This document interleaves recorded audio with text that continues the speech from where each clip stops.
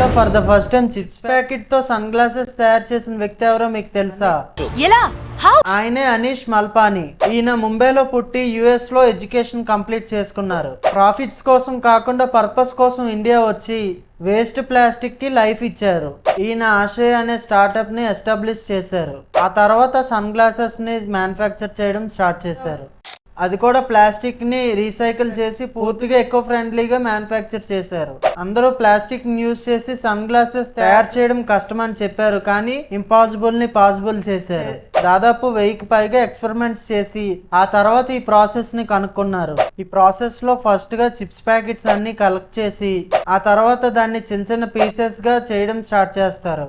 దాని తర్వాత కట్ చేసిన పీసెస్ అన్ని కరిగిస్తారు. ఆ తర్వాత మౌల్డింగ్ అనే ప్రాసెస్ ని యూజ్ చేసి సన్ గ్లాసెస్ ని తయారు చేస్తారు. Super extraordinary అదిరిపోయిందిగా.